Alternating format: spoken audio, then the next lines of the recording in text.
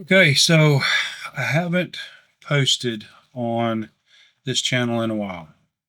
I apologize. I need to try to change that and post more to this channel. I've spent a lot of time posting and developing the Chainbreaker channel, which is all about all the stuff I like to do: archery, air guns, uh, electronics, bait making, fly tying, just everything interesting, machining, the whole nine yards. Spent a lot of time working on that channel and posting biblical uh, scripture.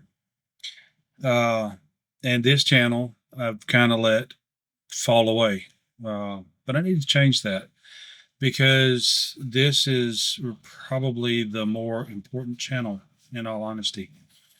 Um, Today, I just want to talk about uh, friendship, dedication, um, loyalty, um,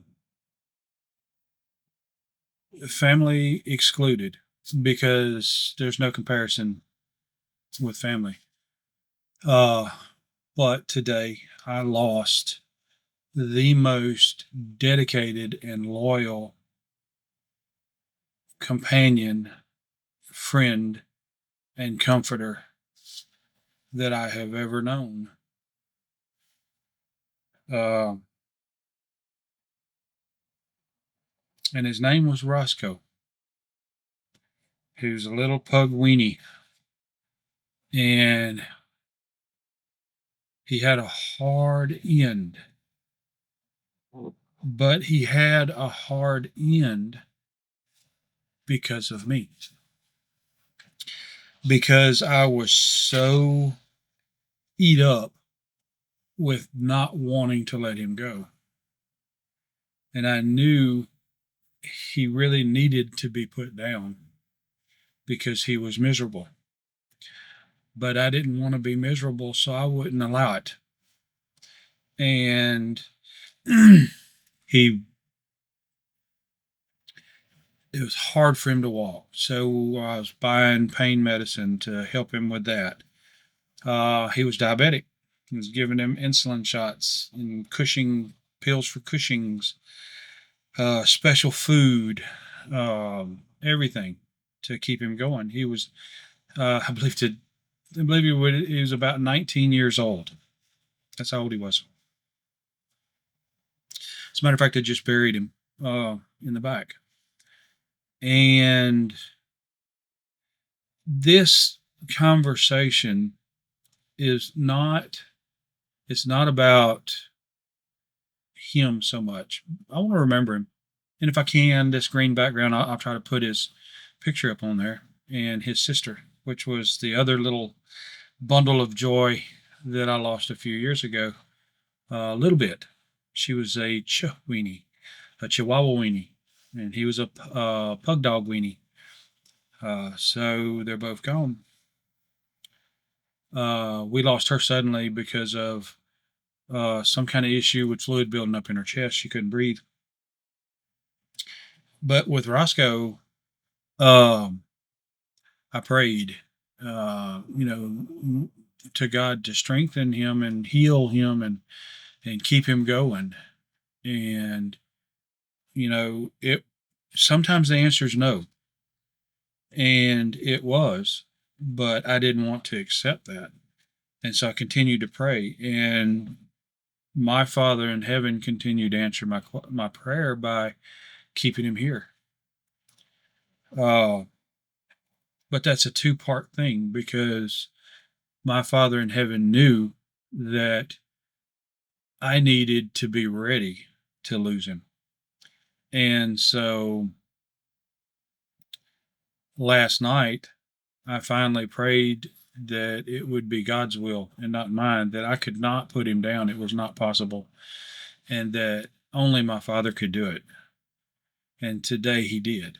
Because, Roscoe, He didn't eat yesterday, didn't want to take his medicine, and today he got exponentially worse and finally passed away, shaking real bad and all that kind of stuff. But the moral to this story is multifold. God knows what we need. Our Father in heaven knows what we need. He knows the he knows when we're ready for something, and he prepares us for it in advance. Every morning I pray a prayer that he would prepare me and my family for whatever is to come and banish our enemies from us, but with compassion, that our enemies would accept him and become our brothers and sisters. And that is every morning prayer that I pray every day. Um, and so there's times that we need to accept something, and I don't know what it is. Uh, I'm not saying that we need to put our dogs down or whatever. Earlier this year, when my little brother passed away, I was faced with the potential that I would have to choose or decide to end life support. Um, and my father knew that I didn't need that. And so there was another option, a test that could be done that would prove beyond doubt that whether my little brother had any possibility of living or not. And it showed him absolutely 100% brain dead with no blood flow to his brain at all. And at that point, it was out of our hands. We didn't have a choice. They had to end life support, and so we lost him at the beginning of the year. Uh, but the thing that we need to remember is that sometimes we do have to let go. Sometimes we do have to turn that faith, that blind trust over to God. There's a a, a scripture, a saying, let go and let God. It's the hardest thing in the world to do because God's will is not our will. It is not always our will. Um, it is not necessarily what we want, but it may just be what we get. And we need to be prepared for that. We need to accept it and not try to push forward with something we don't want. And that's what I was trying to do. I was praying for something that was not God's will. And I knew it wasn't God's will. And as a perfect parent, a perfect father would do, he let me realize what was right and what was wrong. And I let go and I let God, and he gave Roscoe peace. Uh, so the moral of this story is to turn your faith over to God, to put it in His hands. And I don't see the silver lining around this cloud. I don't know what the positive is. I know there is one, but I don't know what it is. To be honest with you, I'm not prepared at this moment to even know what that is. If it were, available for me to find out what the silver lining around this cloud is. But I just wanted to kind of get on here and share that little bit, and just to tell you guys that God's there. He's always there, and He's listening, and He is being the perfect parent always. You have to listen to Him and let Him do His job. Uh, think about it as yourself. Um, when you deal with your children, okay? Sometimes you have to let them go out there and skin their knee, because you just telling them is not sufficient. And if you don't let them go out there and skin their knee, then you may not be there when they go out by themselves and get hurt. So if you allow them to be children when you are there to jump in and to save them, then they learn the lesson, but it's not as harsh as it could be because you're there. But if you hold them back and let them sneak out or away when you're not prepared, and then they're out of there alone and by themselves, and they um, end up getting hurt, and you're not there to comfort them and bandage it up. So sometimes you've got to let your children go their own route and stand there ready to catch them when they fall.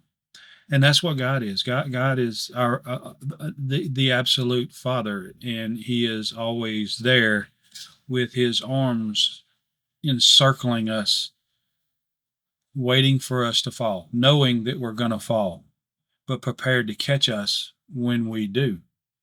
And so, anyway, I'm going to be posting more to this channel and uploading some stuff. And I don't know how regular it's going to be, but I'm going to try to get some stuff in because I've schedule is kind of hard. Plus, trying to do 2 YouTube channels at one time is almost impossible. But anyway, so there's not going to really be any editing on this. It's just going to be talks. It's going to be my thoughts and stuff that I need to share. And so that's what this is going to be. Nothing fancy, nothing out of the ordinary or amazing. So anyway, I hope to see you again.